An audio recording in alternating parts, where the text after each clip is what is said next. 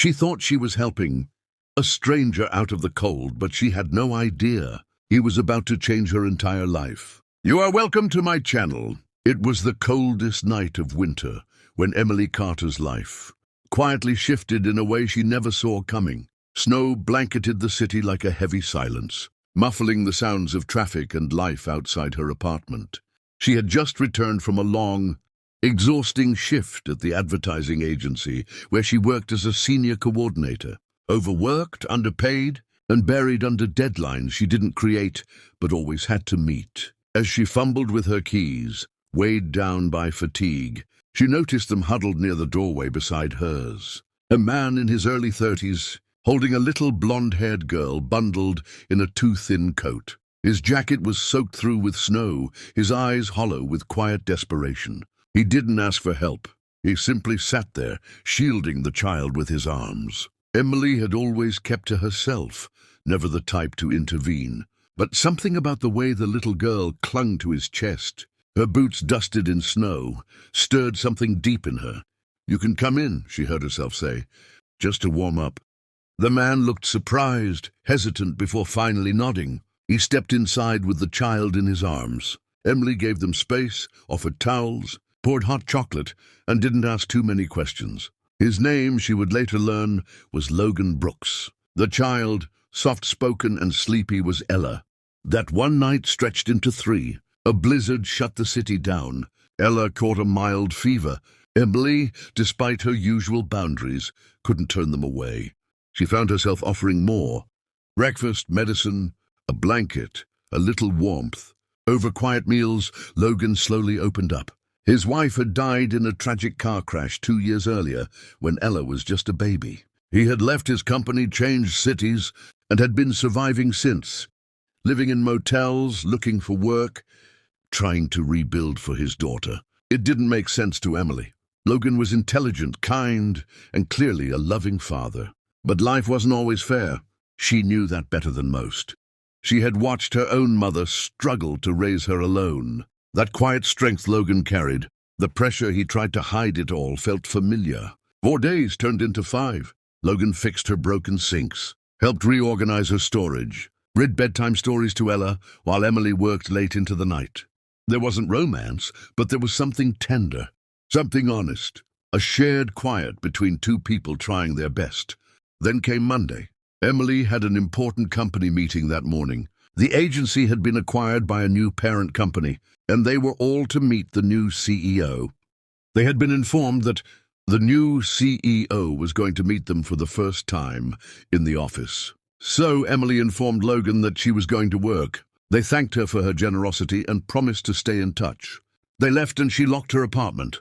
At work, she was informed to join her colleagues for the meeting, so as to meet the new CEO. She barely made it to the boardroom, still thinking about Logan and Ella. The moment the door opened, her world stopped. Logan walked in, clean-shaven, confident, dressed in a crisp black suit. Every head turned. He greeted the board, members with calm authority, and began presenting a new vision for the company. He wasn't just the new CEO, he was the new owner of the company. The entire room fell silent. Logan confidently introduced himself as Mr. Brooks, the new owner and CEO. He spoke with purpose, about empathy, corporate culture, and leading with humanity. Emily sat motionless, stunned. After the meeting, Logan asked to speak with her. In the privacy of a glass-walled office, he explained everything. He hadn't lied. He had simply wanted to experience life outside the walls of power. After his wife's passing, he needed to feel again, to know what it meant to be helped, not as a CEO, but as a man. "You were the first person who didn't look past me," he said. "You saw a man in need and not a name, not a position."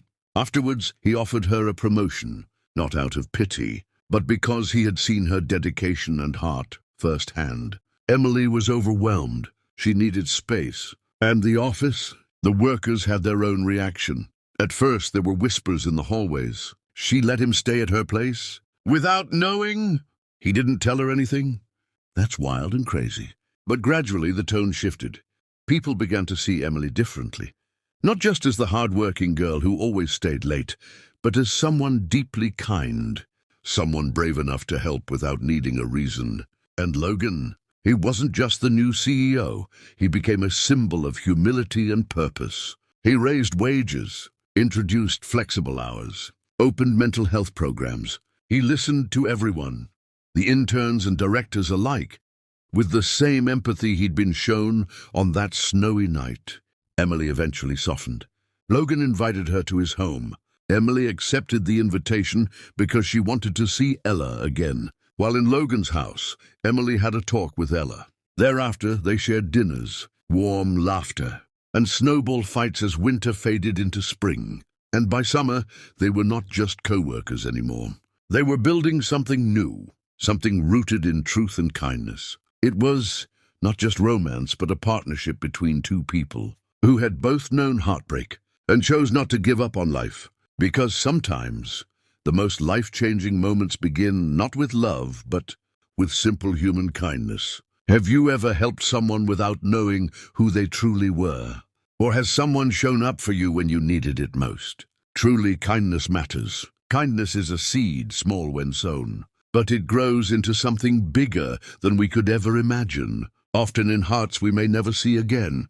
Thank you very much for watching. If this story touched your heart, reminded you that second chances and real connections still exist, please like this video, share it with someone who needs a little hope, and subscribe to Chetnal Stories.